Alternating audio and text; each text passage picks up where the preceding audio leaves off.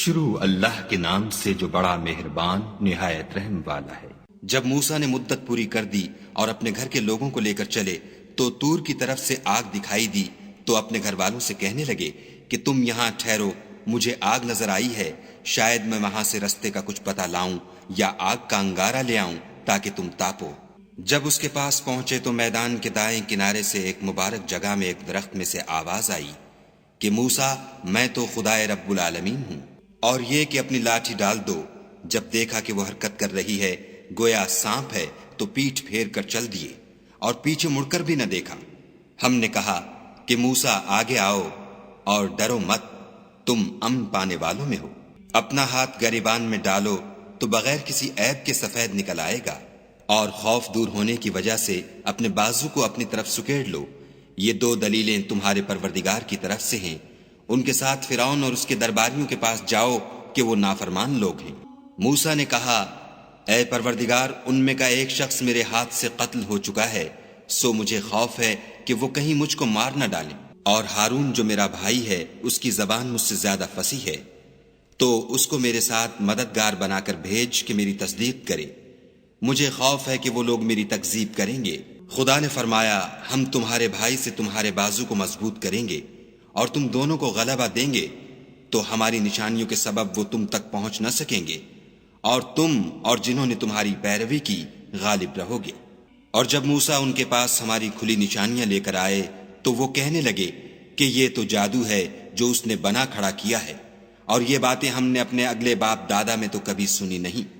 اور موسیٰ نے کہا کہ میرا پروردگار اس شخص کو خوب جانتا ہے جو اس کی طرف سے حق لے کر آیا ہے، اور جس کے لیے عاقبت کا گھر یعنی بہشت ہے، بے شک ظالم نجات نہیں پائیں گے۔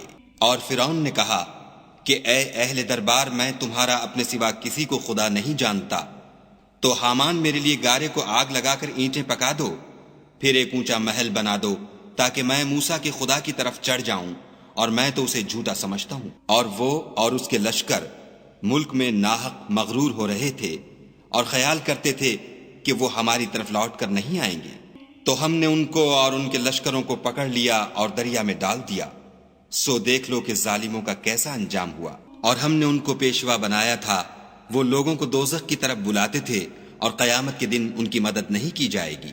اور اس دنیا میں ہم نے ان کے پیچھے لعنت لگا دی، اور وہ قیامت کے روز بھی بدحالوں میں ہوں گے۔ اور ہم نے پہلی امتوں کے ہلاک کرنے کے بعد موسیٰ کو کتاب دی جو لوگوں کے لیے بصیرت اور ہدایت اور رحمت ہے، تاکہ وہ نصیحت پکڑیں۔ اور جب ہم نے موسیٰ کی طرف حکم بھیجا تو تم طور کی غرب کی طرف نہیں تھے اور نہ اس واقعے کے دیکھنے والوں میں تھے، لیکن ہم نے موسیٰ کے بعد کئی امتوں کو پیدا کیا، پھر ان پر مدت طویل گزر گئی، اور نہ تم مدین والوں میں رہنے والے تھے کہ ان کو ہماری آیتیں پڑھ پڑھ کر سناتے تھے۔ ہاں، ہم ہی تو پیغمبر بھیجنے والے تھے۔ اور نہ تم اس وقت جب کہ ہم نے موسیٰ کو آواز دی طور کے کنارے تھے، بلکہ تمہارا بھیجا جانا تمہارے پروردگار کی رحمت ہے، تاکہ تم ان لوگوں کو جن کے پاس تم سے پہلے کوئی ہدایت کرنے والا نہیں آیا ہدایت کرو، تاکہ وہ نصیحت پکڑیں۔